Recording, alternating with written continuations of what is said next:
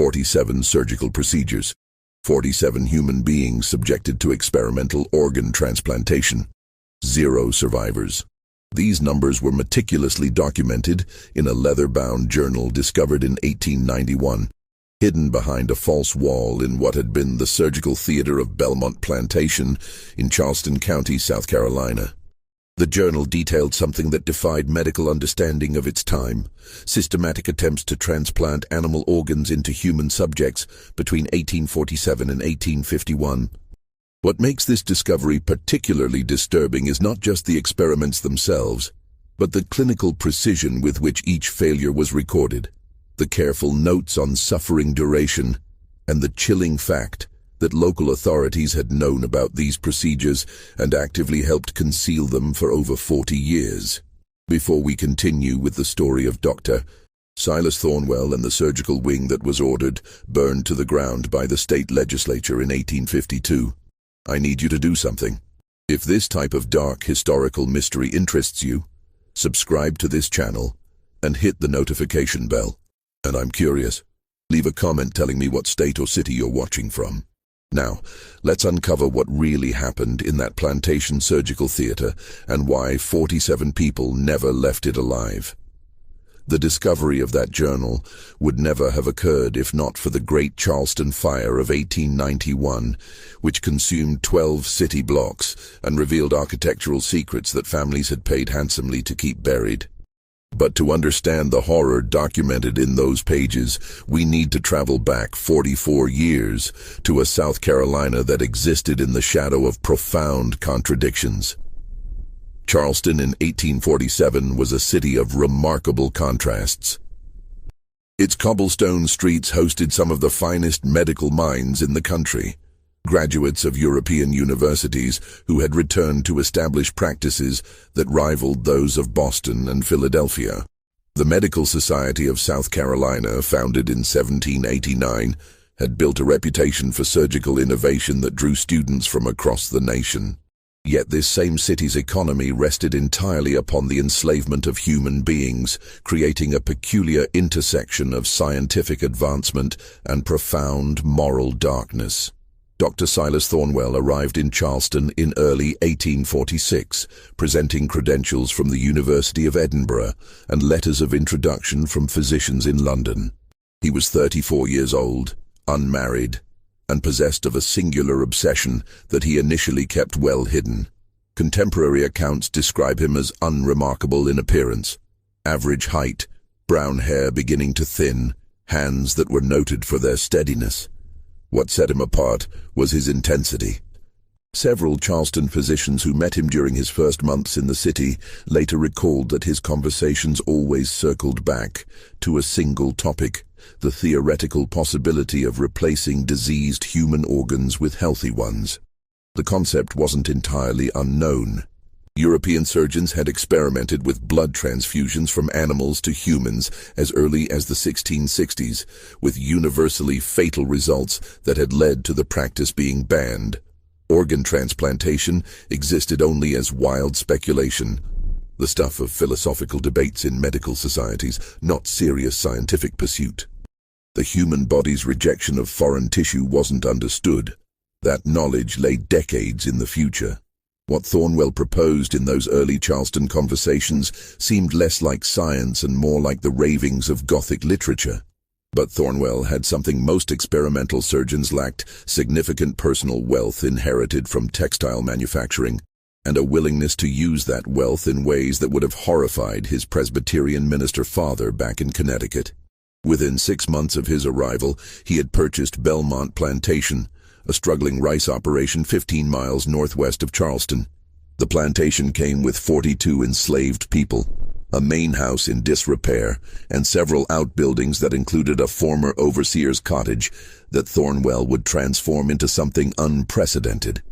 The enslaved community at Belmont had already endured significant hardship under the previous owner, a gambler named Harrison Calhoun, who had drunk himself to death and left the property mortgaged beyond its value. Thornwell's arrival initially seemed like a potential improvement. He announced he had no interest in rice cultivation and would be converting the plantation to what he called a private medical facility.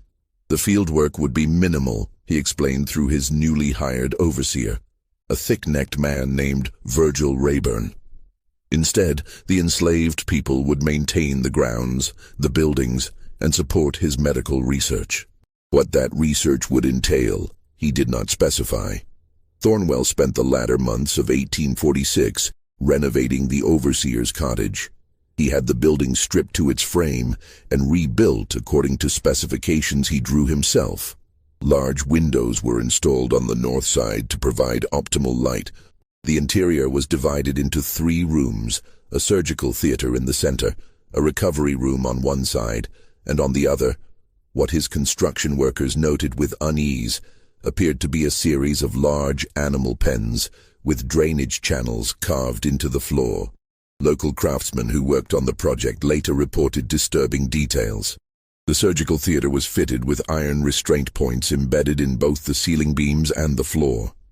A large table was constructed from white oak and fitted with leather straps at 6 points. The recovery room contained 8 narrow beds, also equipped with restraints. When one carpenter asked why a medical facility needed so many restraints, Thornwell replied that he would be treating patients who might thrash during fever dreams and injure themselves. The answer was accepted because the alternative, imagining the true purpose, was simply too horrific for decent people to consider.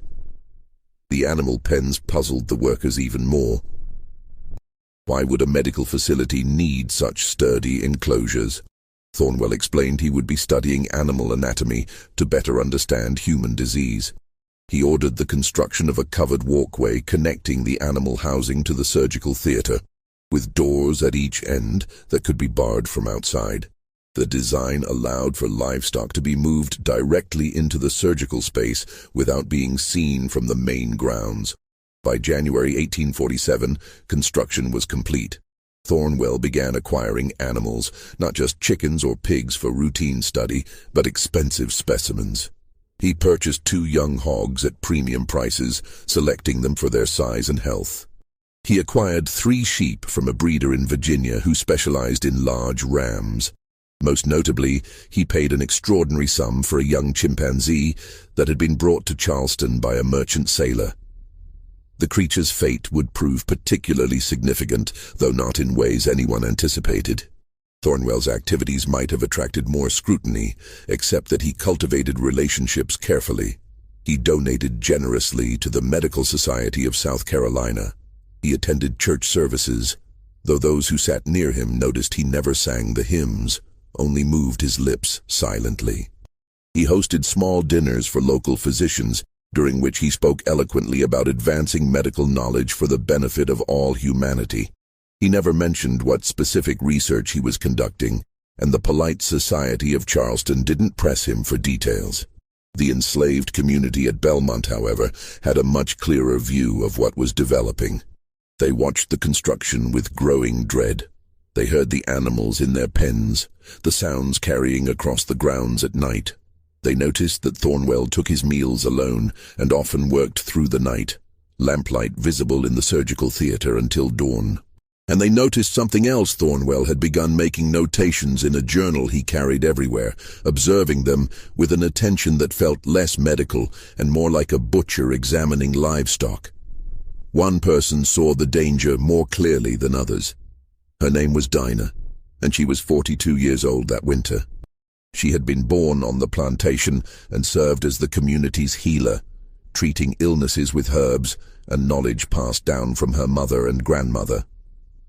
Dinah had survived 25 years under Harrison Calhoun's brutal management by being invisible when necessary and indispensable when called upon. She understood white people in a way that came from necessity, reading their moods, their intentions, the subtle signs that preceded violence. What she read in Silas Thornwell terrified her. That man got death in his eyes, she told her daughter Clara one February evening, her voice low as they prepared cornmeal in the cooking house. I seen men who take pleasure in cruelty. I seen men who kill without thinking, but this one different. He looked at us like we already dead, just waiting for him to write it down in that book of his. Clara, 20 years old and pregnant with her first child, squeezed her mother's hand. "We just got to stay clear of him, Mama. Do our work, keep our heads down." "Can't stay clear of a man who owns you," Dinah replied, her eyes distant. "And he planning something. Building that place with all them straps and chains, bringing in all them animals. A doctor don't need animal pens right next to where he treats people. Unless—" She didn't finish the thought, but Clara understood the implication. Dinah's fears would prove tragically prescient. On February 18, 1847, Thornwell summoned Virgil Rayburn to his study and provided him with a list of specific requirements. He needed to identify enslaved individuals who met precise criteria, relatively young, in apparent good health, and notably, showing signs of particular illnesses or weaknesses that Thornwell had been documenting. The list was specific in a way that chilled Rayburn, though as a man whose living came from overseeing human property, he had learned to quiet his conscience years ago. The first name on the list was a man named Augustus, 31 years old, who had developed a persistent cough that winter. Thornwell's notes indicated possible lung disease, though Augustus was still working full days and showed no signs of severe illness. The second was a woman named Pearl, 26, who Thornwell had observed struggling with what he diagnosed as a weak heart. She occasionally experienced palpitations and shortness of breath during exertion. "I'll need them moved to the recovery room in the medical building," Thornwell instructed. "Tell them they're being treated for their ailments. Free treatment, superior to anything they'd receive elsewhere. Make it sound like good fortune." Rayburn shifted uncomfortably, and if they don't want to go, Thornwell's expression didn't change. "Mr. Rayburn, I don't believe I need to explain to you how authority works on a plantation. They'll go because I've decided they'll go. The choice isn't theirs to make." The conversation represented a crucial moment, one that would be documented years later in testimony Rayburn provided to investigators. He claimed he didn't know what Thornwell planned. He insisted he believed the doctor genuinely intended to treat sick slaves, perhaps experimenting with new medicines, but nothing worse. Whether this was true or a convenient lie to avoid criminal charges, we'll never know with certainty. What we do know is that Rayburn followed his orders, and on February 20th, 1847, Augustus and Pearl were escorted to the medical building. They never returned to the quarters. The first experiment began on the evening of February 20th, 1847, after Thornwell had spent the day in preparation that was meticulous to the point of ritual. He had reviewed his anatomical texts, sharpened his surgical instruments, and made extensive notes about his theoretical approach. His journal from that day, which would later be entered into evidence during the legislative inquiry, reveals both the precision of his planning and the absolute absence of any moral hesitation. Subject 1 male, approximately 31 years, showing progressive respiratory decline, he wrote in a neat, steady hand. Hypothesis: replacement of diseased lung tissue with healthy animal equivalent may restore respiratory function. Selected donor juvenile pig, age approximately 6 months, demonstrating excellent health and vigor. Proceeding with right lung transplantation, as this represents less risk of immediate cardiac complications. The clinical language concealed an act of unimaginable cruelty. Augustus had been told he would receive treatment for his cough. He had been given what Thornwell described as medicine, but was actually a mild sedative mixed with whiskey. When Augustus became drowsy and compliant, he was moved to the surgical theater and secured to the table. The restraints were explained as necessary to keep him still during treatment. By the time Augustus began to understand what was actually happening, it was too late. What occurred in that surgical theater over the next 3 hours defied every principle of medical ethics that existed, even in that morally compromised era. Thornwell attempted a procedure that wouldn't be successfully performed on humans for another 100 years, and he attempted it without anesthesia. Ether wouldn't be demonstrated publicly until October of that same year, and without any understanding of infection control, blood typing, or tissue rejection. The journal entry that followed the surgery was brief. Subject 1 expired at 11:47 p.m., approximately 2 hours and 15 minutes post-procedure. Immediate cause respiratory failure combined with severe hemorrhaging. Notes for future attempts: need faster surgical technique to minimize blood loss. Animal tissue integration not observed due to rapid decline. Conclusion: failure. But methodology shows promise with refinement. Augustus's body was buried in an unmarked grave at the edge of the plantation property before dawn. Rayburn supervised the burial, telling the enslaved community that Augustus had died from his lung disease despite the doctor's best efforts. The story was accepted not because anyone believed it, but because the alternative was too terrible to confront, and because enslaved people had learned that survival often required accepting obvious lies without protest. Dinah knew better. She had heard sounds from the medical building that night, not screams exactly, but something worse. Muffled noises that suggested someone struggling against restraints, unable to cry out fully. She had seen Thornwell emerge the next morning, his clothes changed but spots of blood still visible on his boots, and she had noticed that the young pig Thornwell had acquired 2 weeks earlier was gone, its pen empty and cleaned. "They killed Augustus," she told a small group of trusted people that evening, her voice barely above a whisper. "Whatever that man doing in that building, it ain't healing. It's something else, something evil. But what could they do?" Speaking to white authorities meant certain punishment or death. Running meant leaving family behind and likely being caught and returned. The trap was perfect and total. They could only watch and wait and pray they wouldn't be chosen next. Thornwell waited 3 days before selecting his second subject. Pearl, the woman with the weak heart, was brought to the medical building on February 23rd. She had been monitored constantly since Augustus's death, with Thornwell checking her pulse multiple times daily and making extensive notes about her symptoms. His journal reveals that he understood his first failure resulted partly from attempting too complex a procedure. For his second attempt, he chose what he considered a simpler approach. The entry reads, "Subject 2 female, approximately 26 years, demonstrating cardiac arrhythmia and reduced stamina. Hypothesis: animal heart tissue, properly integrated, may strengthen weakened cardiac function. Selected approach: partial transplantation of lamb heart tissue to supplement rather than replace existing organ. Donor female lamb, age 8 months, excellent cardiovascular health." The procedure took place on the night of February 23rd. Pearl survived 6 hours post-surgery. The cause of death was listed as acute cardiac failure with extensive hemorrhaging. Her body joined Augustus's in the unmarked graves. The pattern had been established. Every 3 to 4 days, Thornwell selected another subject. His criteria evolved as he learned from each failure. He began choosing younger subjects, theorizing that youth meant stronger recovery potential. He varied his approach, attempting kidney transplants, liver tissue grafts, even a procedure involving sheep lung tissue that he hypothesized might prove more compatible than pig lung.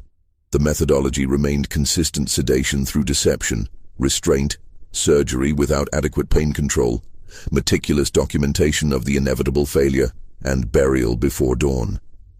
The journal recorded each death with the same clinical detachment: Subject 3, Subject 4, Subject 5. Names were rarely used. Thornwell referred to the enslaved people as numbered subjects, as if they were laboratory specimens rather than human beings. By March, the enslaved community at Belmont was paralyzed by terror. 4 people had been taken to the medical building. None had returned. The official explanations: died from their existing conditions, died from complications during treatment, convinced no one. People began refusing to report illnesses, fearing that any sign of weakness would make them targets. Parents coached children to appear healthy no matter how they felt. Dinah herself became Thornwell's 8th subject on March 12, 1847. He had observed her treating others with herbal remedies and diagnosed her with what he called chronic digestive disorder. She occasionally experienced stomach pains, a common enough condition that she had never considered significant. On the evening of March 12th, Rayburn came to her door and informed her that Dr. Thornwell wished to treat her condition. She knew what this meant. She embraced her daughter Clara, whispered instructions about where she had hidden her herbs and healing knowledge, and walked to the medical building without resistance. Fighting would only mean being dragged, and she preferred to maintain what dignity remained available to her. Dinah survived 11 hours after Thornwell attempted to graft pig stomach tissue into her abdomen. Her last words, recorded by Thornwell in his journal with what reads as frustration rather than remorse, were, "God see you." She died just after dawn on March 13th, the 9th person Thornwell had killed in the name of medical advancement. Her death marked a turning point. Clara, grief-stricken and pregnant, did something extraordinarily dangerous. She approached a white minister, who had occasionally visited the plantation to conduct services, a man named Reverend Thomas Alston, who had a reputation as relatively sympathetic to the enslaved population's spiritual welfare. She told him people were dying at Belmont, not from disease, but from something being done to them in the medical building. Alston's response would later be documented in letters he wrote to colleagues, letters that eventually played a role in the investigation. He listened to Clara's account with what he described as growing horror, but he did not immediately act. Instead, he did what many supposedly moral men did. In that era, he convinced himself that a reasonable explanation must exist. A trained physician experimenting to help sick slaves, surely that couldn't be as sinister as this distraught girl suggested. He told Clara he would look into the matter, but privately he did nothing, afraid of making accusations that might prove embarrassing. This inaction cost lives. Thornwell continued his experiments through March and into April. His technique improved. He worked faster, lost less blood during procedures, refined his surgical approach, but the fundamental problem remained unsolvable. With 1847 medical knowledge, the human body rejected foreign tissue. Every subject died, most within hours, a few lasting as long as 2 days before succumbing to infection, blood loss, or organ failure. By late April 1847, Thornwell had killed 19 people.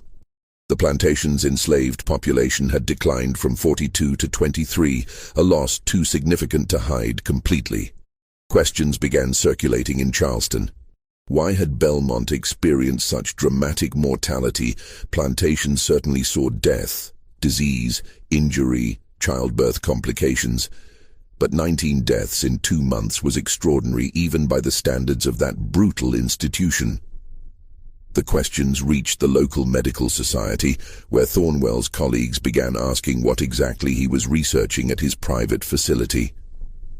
He deflected with vague references to experimental treatments for pulmonary and cardiac diseases, to the difficulty of treating seriously ill patients, to the unfortunate reality that medicine sometimes failed despite best efforts.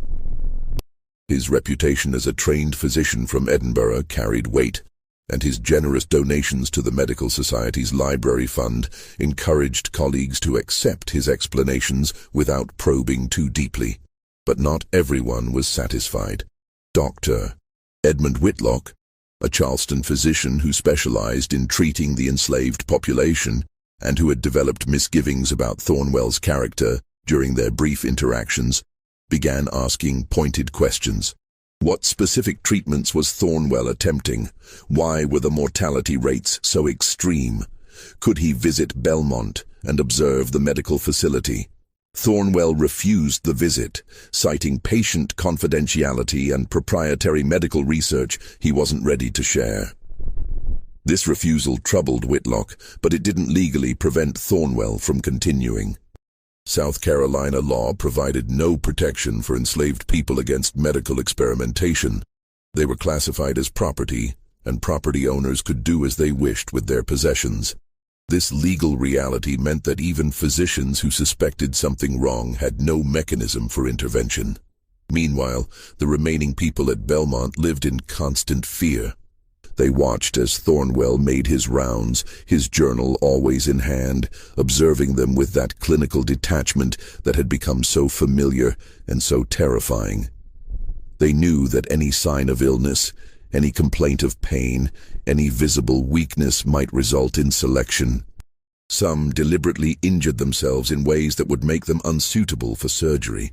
broken fingers, gashed arms, reasoning that a damaged subject would be less valuable than an intact one. Others prayed silently, hoping God might intervene where no human would. Clara gave birth to a daughter on May 3, 1847, delivering the baby with assistance from other women in the quarters, terrified that if she sought help from Thornwell, he would use childbirth complications as an excuse for experimentation. She named the baby Dinah, after the grandmother who had died trying to protect others. The birth gave her a renewed determination to survive, but it also deepened her despair. She was bringing a child into a place where death prowled systematically, dressed in the clothes of a physician. Thornwell's journal from early May reveals a troubling evolution in his thinking. After 19 failures, he began to theorize that the problem wasn't his surgical technique, which had indeed improved dramatically, but rather what he called the quality of the subjects. He wrote, "Reflection on recent failures suggests that subjects weakened by poor diet, inadequate housing, and manual labor may lack the constitutional strength to survive transplantation. Future experiments should utilize subjects in peak physical condition with no prior health complaints to eliminate variables related to pre-existing weakness." This represented a horrifying shift. Previously, Thornwell had justified his experiments by claiming to treat sick individuals. Now he was planning to operate on healthy people, removing that already thin rationalization. He began observing the healthiest individuals at Belmont with renewed interest. On May 14, 1847, he selected a young man named Benjamin, 23 years old, who had never reported illness and who worked as a carpenter maintaining plantation buildings. Benjamin was strong, alert, and showed no health problems whatsoever. His only misfortune was possessing the perfect health Thornwell now wanted to test. The surgery took place on May 15th. Thornwell attempted a kidney transplant using tissue from a young ram, hypothesizing that kidney function might prove less complex than cardiac or pulmonary systems. Benjamin survived 4 days, longer than most subjects, before dying from what the journal recorded as acute renal failure and systemic infection. He was the 20th victim. That same week, 3 events occurred that would eventually unravel Thornwell's operation, though none would move quickly enough to prevent many more deaths. First, Dr. A. Whitlock wrote to the Medical Society of South Carolina, formally requesting an investigation into the mortality rate at Belmont. His letter was carefully worded to avoid direct accusations, but it raised questions about whether Thornwell might be attempting overly aggressive experimental treatments without proper medical justification. Second, an enslaved man named Isaac, 35 years old, escaped from Belmont. He had watched 20 people die and decided that running, even with its enormous risks, was preferable to waiting for selection. He made it as far as Georgetown, 40 miles north, before being captured. When interrogated about why he ran, he told his captors that the doctor at Belmont is killing people. This statement was recorded but largely dismissed. Enslaved people making accusations against white property owners were rarely believed, and Isaac's claims sounded fantastical.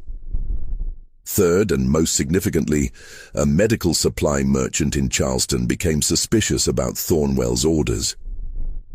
The merchant, a man named Robert Finch, had been selling Thornwell surgical instruments, laudanum, sutures, and other supplies for several months. The quantities were unusual, far more than a single physician treating occasional patients should need. Moreover, Thornwell had recently requested several specialized instruments, large-bore needles, vascular clamps, and cutting tools more commonly used in veterinary medicine or butchery than in treating human patients. Finch mentioned his concerns to Dr. Whitlock during a chance encounter at a medical society meeting. Whitlock shared his own suspicions, and the two men decided to approach the society's leadership with their concerns. However, they faced a significant obstacle. Thornwell had donated enough money to have substantial influence with the society's governing board, and several board members were reluctant to investigate a fellow physician based on what they considered circumstantial evidence and speculation. The bureaucratic delays would prove fatal. Through May and June of 1847, Thornwell continued his experiments at an accelerating pace. His journal shows increasing obsession and decreasing caution. He was no longer selecting subjects based primarily on health conditions. By this point, nearly everyone at Belmont was healthy, simply because the sick had already been killed. Instead, he began choosing subjects based on what he called anatomical optimization. He measured people. He recorded their weights, heights, lung capacities, pulse rates.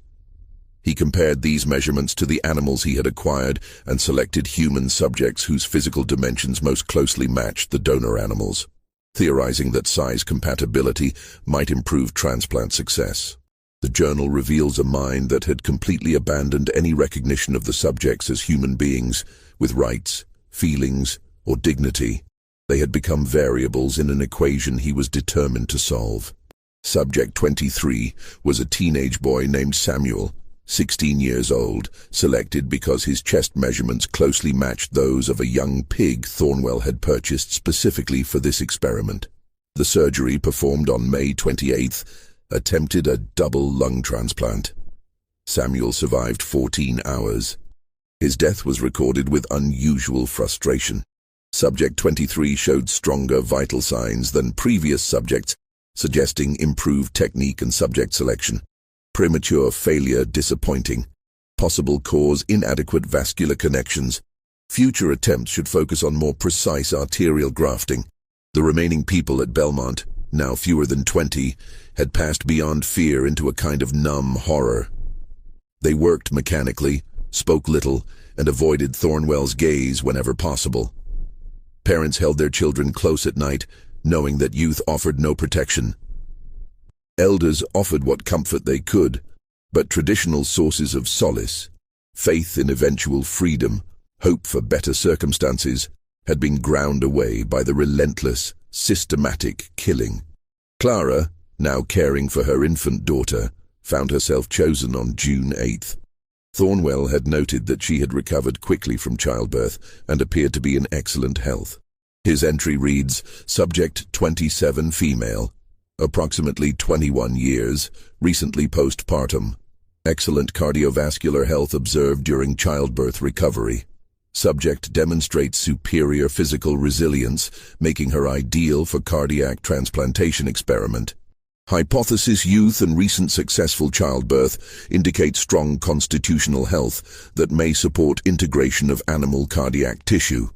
Clara was taken from her nursing infant and brought to the medical building. Unlike earlier subjects, she screamed and fought. She begged to be allowed to feed her baby one more time.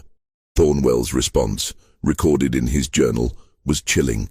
Subject 27 demonstrated significant distress and resistance, required additional restraints and double dose of sedative.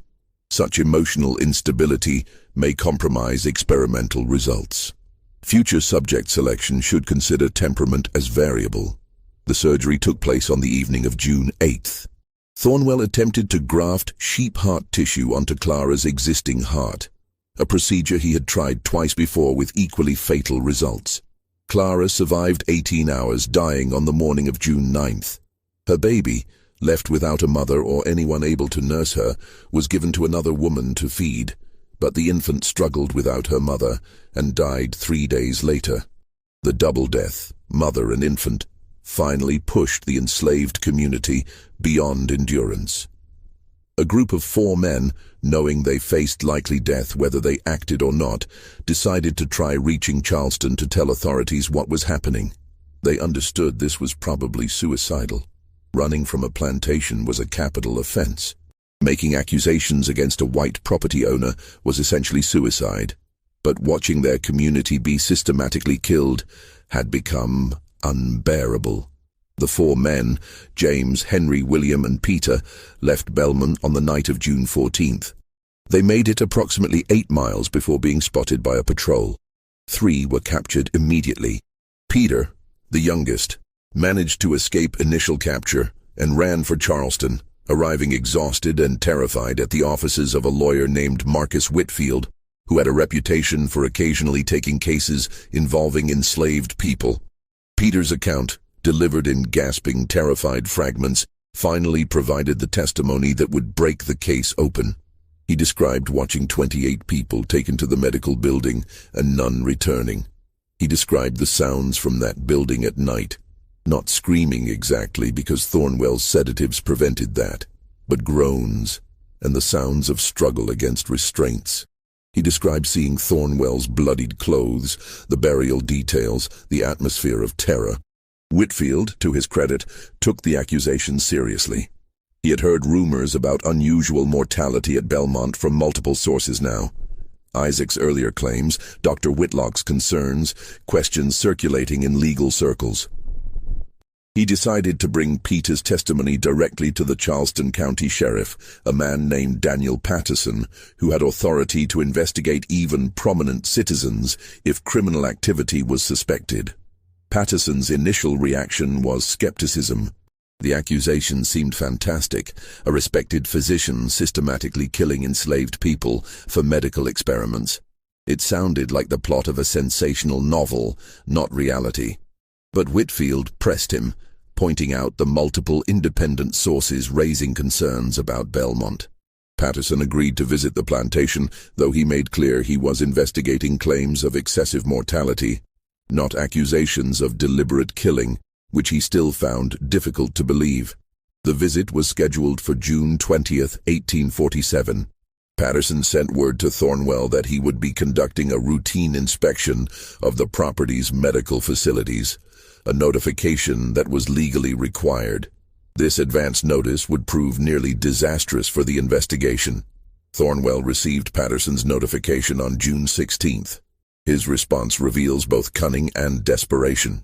He understood that evidence of his activities existed throughout the medical building: surgical tools with blood residue, the restraint mechanisms, the animal pens with their drainage systems, and most damningly, his journal with its meticulous documentation of 29 murders disguised as medical experiments. He spent June 17th through 19th attempting to sanitize the facility. He cleaned surgical instruments obsessively. He removed the most obvious restraints from the surgical theater, though the bolt points remained visible in walls and floors. He moved several animals to a barn on the far side of the plantation property, and he hid his journal behind a false panel he had constructed in the surgical theater wall, a panel concealed behind a cabinet of medical texts. But he couldn't hide everything. The graves existed, 29 bodies buried in a row at the property's edge. The recovered room still showed signs of its true purpose, with the narrow beds and their attached restraints. The surgical theater, despite cleaning, had blood traces in the wood grain of the floor and table. And most significantly, 16 surviving enslaved people remained as living witnesses to what they had experienced. Thornwell's plan was to present himself as a dedicated physician who had attempted to treat seriously ill people with experimental therapies, all of which unfortunately failed. High mortality rates were tragic but not criminal. He would emphasize his credentials, his intentions to advance medical science, and the legal reality that enslaved people were his property to treat as he saw fit. He believed, with some justification, that the legal system would support a white physician's right to experiment on people he owned. What he didn't anticipate was Sheriff Patterson's thoroughness. Patterson arrived on June 20th, accompanied not just by deputies, but also by Dr. Whitlock, whom he had asked to provide medical expertise in evaluating the facility. Whitlock had been pushing for investigation for weeks and was grimly determined to uncover the truth. The inspection began in the medical building. Patterson examined the surgical theater, noting the bolt points and asking their purpose. Thornwell explained they were for securing delirious patients who might injure themselves. Patterson noted the drainage channels and the proximity to where animals had clearly been kept. Why was there a direct connection between animal housing and a surgical theater anatomical study? Thornwell replied smoothly. Understanding animal physiology helps inform treatment of similar conditions in humans. Dr. Whitlock examined the surgical instruments and found several that troubled him. Large cutting tools, vascular clamps, needles of unusual size. Dr. Thornwell, these instruments seem more suited to veterinary work than treating human patients. Can you explain their purpose? Advanced surgical techniques sometimes require specialized tools, Thornwell responded. I've been attempting procedures that go beyond conventional medicine. What procedures exactly? Patterson asked. Thornwell hesitated, then offered a partial truth. Experimental organ treatments, attempting to address diseases of the heart, lungs, liver, kidneys through direct surgical intervention, and the results unsuccessful thus far. Medicine involves trial and error, Sheriff. Sometimes patients die despite our best efforts. Patterson moved to the recovery room. 8 narrow beds, all with restraint mechanisms. Why does every bed have straps? Doctor, post-surgical patients often experience fever and delirium. The restraints prevent them from tearing at sutures or injuring themselves during recovery. It was a plausible explanation. Everything Thornwell said was carefully constructed to sound reasonable if one didn't look too closely. Patterson and Whitlock exchanged glances, both feeling that something was deeply wrong, but unable to immediately prove criminal activity. Then, Patterson asked to speak with the enslaved people who worked at the plantation. Thornwell tensed visibly, but couldn't refuse without appearing guilty. He attempted to control the situation by suggesting they speak with Rayburn, the overseer, who could provide context for any claims. Patterson agreed to speak with Rayburn, but insisted on also interviewing others privately. The interviews took place in the main house's kitchen, away from Thornwell's direct oversight. Patterson spoke with 5 people, including 3 who had witnessed others being taken to the medical building. Their accounts, delivered with the careful caution of people who knew that saying the wrong thing could mean death, nonetheless painted a consistent and disturbing picture. A woman named Ruth, 38 years old, described what she had seen people go in that building. They don't come out. We hear things at night. Then we bury someone next morning. Been like that since March. Near 30 people dead now. What kind of things do you hear? Patterson asked. Ruth hesitated, glancing toward the door as if Thornwell might be listening. Sounds like someone being hurt but can't scream proper. Muffled sounds, and then quiet. Next day, doctor tells us someone died from their sickness, but she trailed off. But what? But some of them wasn't sick when they went in. Some was healthy as could be. Similar accounts came from the others Patterson interviewed. Healthy people being taken to the medical building. Strange sounds. Bodies buried before dawn. An atmosphere of terror that had settled over Belmont like a fog. Patterson noticed that all of them mentioned Thornwell's journal. He apparently wrote in it constantly, observing people and making notes before selecting them. Where is this journal? Patterson asked Thornwell when they resumed the official inspection. I maintain medical records of all patients and research subjects, Thornwell replied. Those records are confidential and also represent proprietary medical research. I'm not comfortable sharing them without legal compulsion. I'm a county sheriff investigating possible criminal activity, Patterson said, his tone hardening. That constitutes legal compulsion. Produce the journal, Doctor. Thornwell's face went pale. He made a show of checking his study, his living quarters, the medical building, anywhere except the hiding place behind the wall panel. After an hour of searching, he claimed the journal must have been misplaced, perhaps stolen by one of the enslaved people who resented his authority. The claim was transparent. Whitlock challenged him directly. Dr. Thornwell, I've known you for a year. I've never seen you without that journal.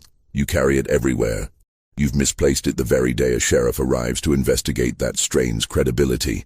The inspection ended with Patterson declaring that he would be conducting a more thorough investigation, including examination of the burial sites and formal interviews with all survivors.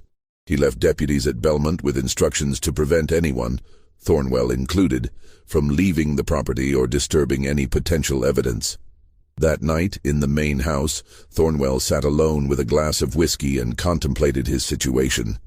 He had killed 29 people in pursuit of what he still considered legitimate scientific research. He had detailed documentation of every death hidden behind a wall. He had 16 living witnesses to the terror he had created, and he had a sheriff who clearly suspected the truth. His options were limited and grim. He could destroy the journal, But that wouldn't eliminate the physical evidence or the testimony. He could flee, but where he would be fugitive from justice, unable to practice medicine. He could try to brazen it out, relying on the legal system's protection of white property rights and the medical establishment's reluctance to condemn a colleague.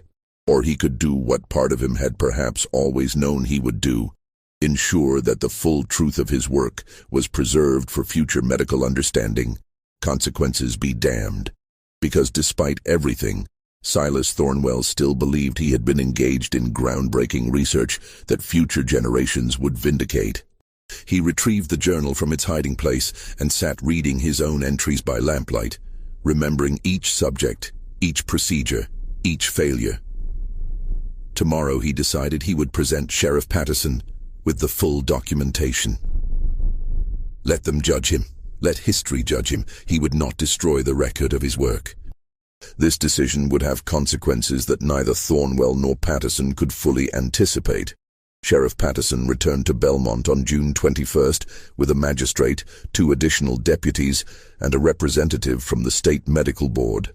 The latter's presence indicated that this had escalated beyond a local investigation. The medical community needed to understand what had occurred and potentially discipline one of its own. Thornwell met them on the main house porch. He appeared composed, even defiant. Without preamble, he handed Patterson his journal. You want to understand what I've been doing? Read this. Every procedure is documented. Every hypothesis, every result, every conclusion. This represents pioneering medical research that attempted to solve problems that currently kill thousands. Patterson opened the journal and began reading. His expression shifted from skepticism to shock to barely controlled rage as he turned pages.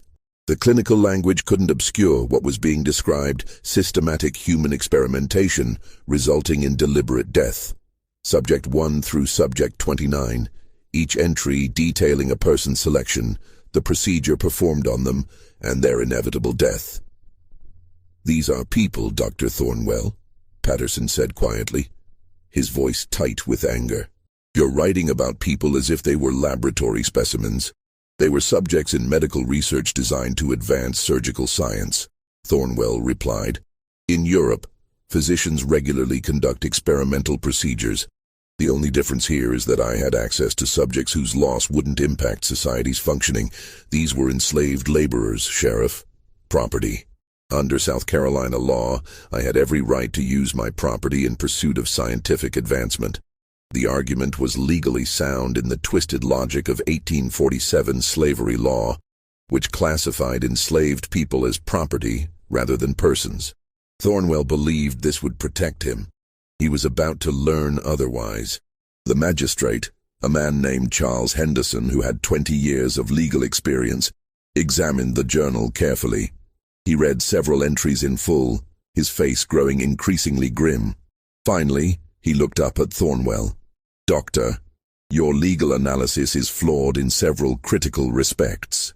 First, while South Carolina law does classify enslaved people as property, it also includes provisions against wanton destruction of valuable property. You've destroyed 29 human beings worth considerable money. Second, the manner of death matters.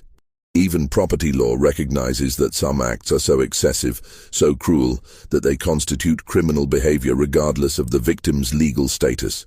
Third, and most significantly, you documented evidence of medical malpractice so egregious that it threatens the reputation of the entire medical profession.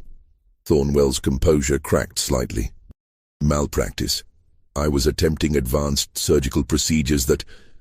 You were performing surgeries you knew would be fatal, Henderson interrupted. You documented that knowledge.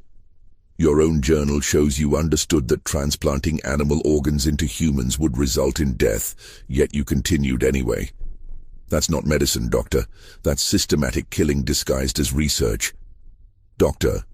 Whitlock, who had been reading over Henderson's shoulder, added his assessment. Dr. Thornwell, I'm formally recommending to the State Medical Board that your license be revoked.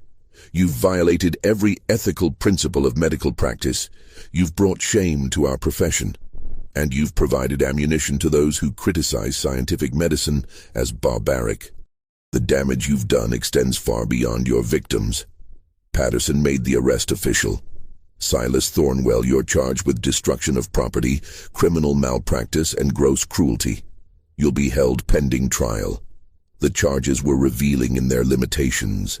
In 1847, South Carolina, killing enslaved people wasn't automatically murder under the law. The charges had to be framed around property destruction and professional misconduct, not the moral reality that Thornwell had committed serial murder. This legal framework would prove controversial and would contribute to later reforms, though such changes came too late for Thornwell's victims. The investigation expanded rapidly. Patterson ordered excavation of the burial site, confirming 29 bodies buried in shallow graves, all showing signs of surgical intervention. The State Medical Board convened an emergency hearing to examine Thornwell's actions and their implications for medical regulation. Newspaper accounts appeared in Charleston papers, though they treated the story with surprising restraint. The white establishment was uncomfortable with the implications of publicizing a case that highlighted the horrific possibilities enabled by slavery law. Meanwhile, the surviving people at Belmont, 16 souls who had endured months of terror, faced an uncertain future. Thornwell's arrest meant the plantation would be liquidated to cover legal costs and compensate whoever the court determined had standing. In practical terms, the survivors would likely be sold to new owners, scattered across the state. The trauma they had experienced would go unacknowledged, untreated, and largely undocumented beyond brief statements in court records. One significant question remained: what would happen to Thornwell's journal? It represented unprecedented documentation of medical crimes, but it also contained detailed surgical notes that some physicians argued had scientific value. Several members of the medical board wanted the journal preserved as evidence of what not to do, a cautionary tale for future medical students. Others wanted it destroyed entirely, fearing it would inspire similar experiments or provide a how-to guide for monstrous behavior. The trial began on August 12, 1847, in Charleston County Court. Thornwell was defended by a lawyer named Simon Fletcher, who pursued a defense strategy that was both clever and morally repulsive.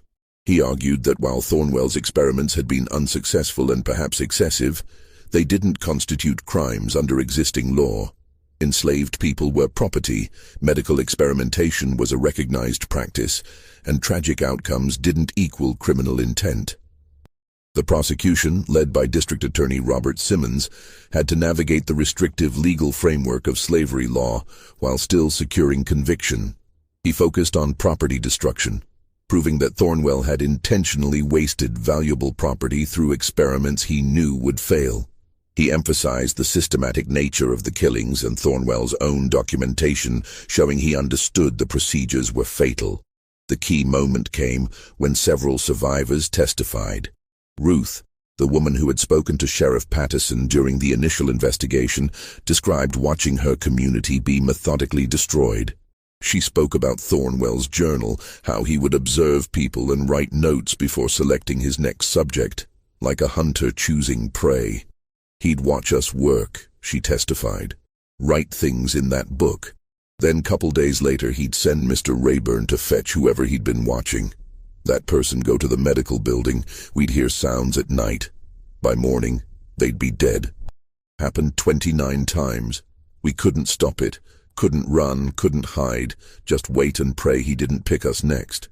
Her testimony, delivered in the careful, measured tone of someone who understood that displaying too much emotion could be used against her, was nonetheless devastating. The jury, composed entirely of white property owners who generally supported slavery, appeared visibly uncomfortable.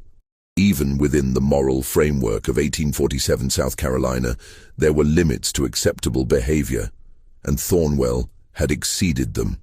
The defense tried to discredit the survivors' testimony by suggesting they were unreliable witnesses who resented their owner and were fabricating claims. This strategy backfired when the prosecution introduced Thornwell's journal, which corroborated every detail the survivors had described. The journal was Thornwell's undoing. His compulsion to document his work provided irrefutable evidence of systematic killing. The trial lasted 6 days. On August 18, 1847, the jury returned a guilty verdict on all charges. The judge, a man named William Rutledge, delivered a sentence that reflected both outrage at Thornwell's actions and the legal limitations of the era. "Dr.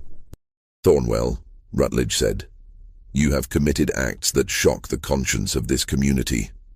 You have perverted medical science into an instrument of systematic killing. You have violated the trust placed in physicians and brought disgrace upon your profession. While the law limits the charges I can apply, given the legal status of your victims, I can still impose the maximum penalties available. You are hereby sentenced to 15 years of hard labor in the state penitentiary, a fine of $5,000, and permanent revocation of your medical license. 15 years for 29 murders." The sentence reflected the brutal reality that enslaved people's lives had minimal legal value. Thornwell would serve only 11 years before being released due to declining health in 1858. He died in 1862, living long enough to see the Civil War begin, but not its conclusion or the end of slavery that would have fundamentally invalidated his legal defense. The Belmont plantation was sold at auction in September 1847. The 16 survivors were sold to different owners across South Carolina, as was standard practice when plantations were liquidated. There is no evidence that anyone considered keeping them together or acknowledging their trauma. They simply became part of other labor forces, expected to continue working as if the previous 6 months hadn't occurred. Thornwell's journal became the subject of intense debate. The state medical board ultimately decided to preserve it under seal, arguing it represented important evidence of medical ethics violations that future doctors should study. The journal was placed in the Medical Society of South Carolina's archives, with restrictions that it could only be viewed by licensed physicians for educational purposes. This decision had an unintended consequence. In 1852, a medical student named Walter Harris violated the access restrictions and made copies of several journal entries. Harris, who opposed slavery on moral grounds, provided these copies to abolitionist newspapers in the North. The excerpts were published with outraged commentary about the horrors that slavery enabled. Southern medical societies reacted furiously to this publication, viewing it as Northern propaganda designed to attack the South's institutions.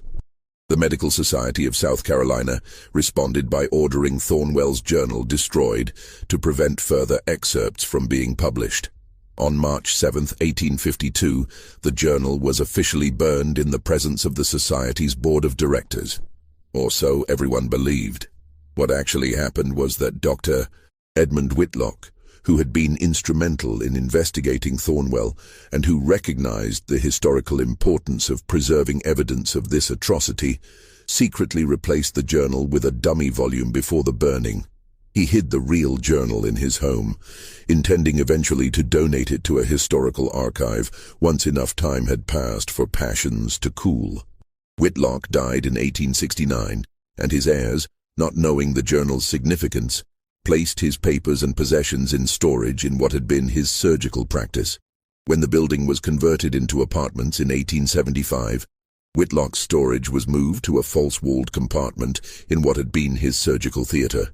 The journal remained hidden there, forgotten, for 16 years.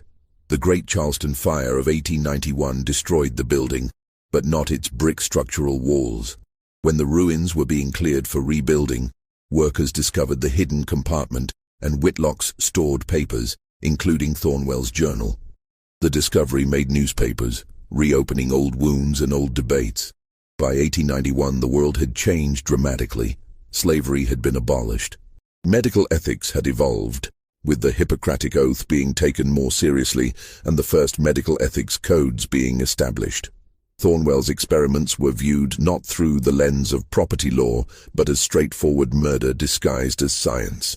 A legislative inquiry was convened to examine what had occurred at Belmont and how such atrocities had been legally permitted. The inquiry's report, published in 1893, included extensive quotes from Thornwell's journal and testimony from two survivors who were located and interviewed, Ruth and a man named Thomas, now both in their 70s, living in different states. Their testimony provided additional details about the terror at Belmont. Ruth described the atmosphere of fear, the way people stopped reporting illness because it made them targets, the way families clung together knowing separation was coming.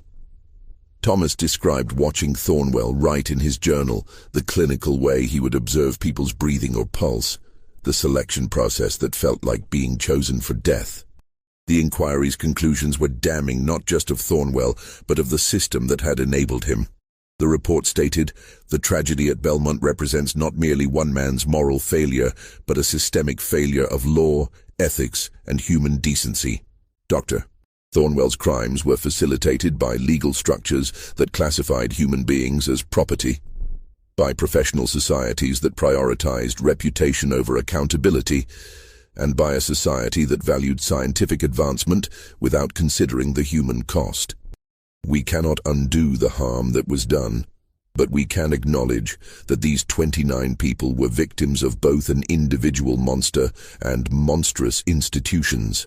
The 16 survivors of Belmont scattered after the plantation's liquidation. Research in the years following the 1891 rediscovery identified fates for some of them. Ruth lived until 1899, dying in Greenville, South Carolina, at age 90. Thomas survived until 1902, living in Georgia with family. Others disappeared from historical records, their ultimate fates unknown, as was common for formerly enslaved people whose lives were rarely documented. The baby who lost both mother and grandmother, little Dinah, survived her precarious first months and was raised by another woman from Belmont named Frances. She lived to adulthood, married, had children of her own, and died in 1912.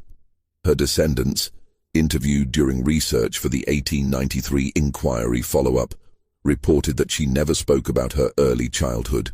Whatever she might have remembered of those months, she kept silent. Thornwell's surgical theater, the building where 29 people were killed, was burned by order of the state legislature in 1852. The same year the journal was supposedly destroyed. The foundation was excavated and the bricks were scattered.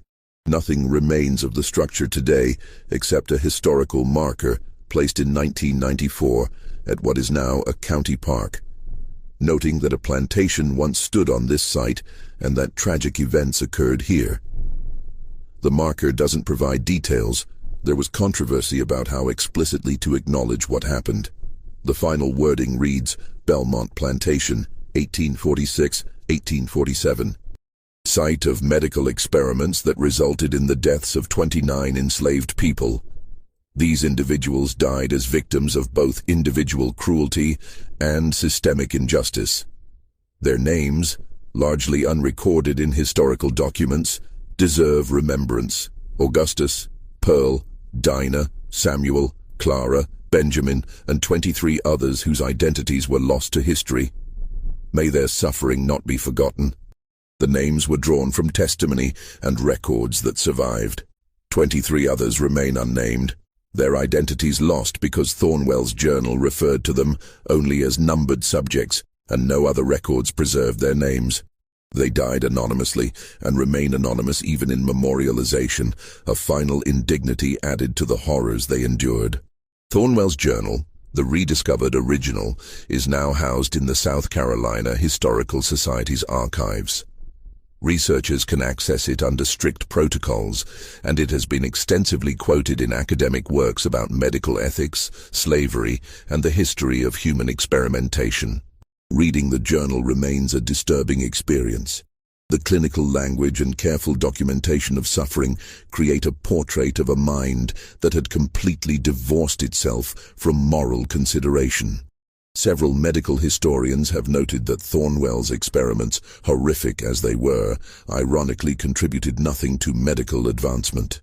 Every procedure he attempted was doomed to failure because transplant medicine requires understanding of immunology, blood typing, and tissue rejection, knowledge that wouldn't be developed for another 100 years. His victims died for nothing, not even for knowledge that might help others. The story of Belmont raises uncomfortable questions that extend beyond Thornwell's individual crimes. How many similar cases occurred that were never discovered? How much suffering was enabled by legal structures that denied humanity to enslaved people? What responsibility do medical professionals have to refuse participation in unjust systems, even when such systems are legally sanctioned? These questions don't have easy answers, but they matter. The 29 people who died at Belmont deserve to be treated as human beings with inherent dignity and worth. Instead, they were treated as experimental subjects in a grotesque pursuit of medical advancement. Their deaths serve as a reminder of what can happen when scientific ambition divorces itself from moral consideration, and when legal systems fail to recognize the humanity of all people. The survivors of Belmont carried their trauma silently, having no real avenue to process or discuss what they had experienced. They lived with nightmares, with grief for lost family members and friends, with the memory of months spent waiting to be selected for death. The psychological toll was never acknowledged by the systems that had failed to protect them, never treated, never even recognized as legitimate suffering. This aspect of the tragedy, the invisible wounds that survivors carried, may be as significant as the visible deaths. We have no record of how Ruth coped with losing nearly 24 people from her community, including watching some of them walk to the medical building knowing they wouldn't return. We don't know how Thomas processed the trauma of months spent in fear. We don't know how baby Dinah was affected by losing her mother and grandmother in her first weeks of life. What we know is that they survived, that they continued, that they found ways to live in a world that had tried to reduce them to property and experimental subjects. Their survival itself is testimony to human resilience, though that resilience should never have been tested so horrifically. The final disposition of Thornwell's remains is unknown. He was buried in an unmarked grave after his death in 1862, his family apparently unwilling to acknowledge him publicly. There is no memorial to his existence except as a cautionary tale, an example of how medical ambition without ethical constraint produces only horror. The real memorials belong to his victims. Augustus, who was told he would be treated for a cough and instead became the first person murdered in Thornwell's surgical theater. Pearl, who worried about her heart and found herself on an operating table. Dinah, the healer who understood what was coming and walked to her death with dignity intact. Samuel, Clara, Benjamin, and 23 others whose names time has erased but whose suffering remains part of the historical record. Their story deserves remembrance not because it is uplifting or redemptive, there is no redemption here, but because it is true, because it happened, because 47 surgical procedures and 29 deaths occurred, because one man decided that medical advancement justified any atrocity, and because a society built on slavery provided the legal and social framework that made such horrors posing. Sibla, what do you think of this story? Do you believe the historical record accurately captured what happened at Belmont? Or might there be even darker truths that remained hidden? This case raises questions about medical ethics that remain relevant today. How do we balance scientific advancement with human rights? What safeguards prevent similar abuses in modern medical research? Leave your thoughts in the comments below. If you found this dark chapter of American history compelling, subscribe to this channel and hit the notification bell to never miss stories like this. Share this video with someone who appreciates untold historical mysteries. Until next time, remember that the most terrifying monsters in history weren't supernatural. They were human beings who convinced themselves that their goals justified any means.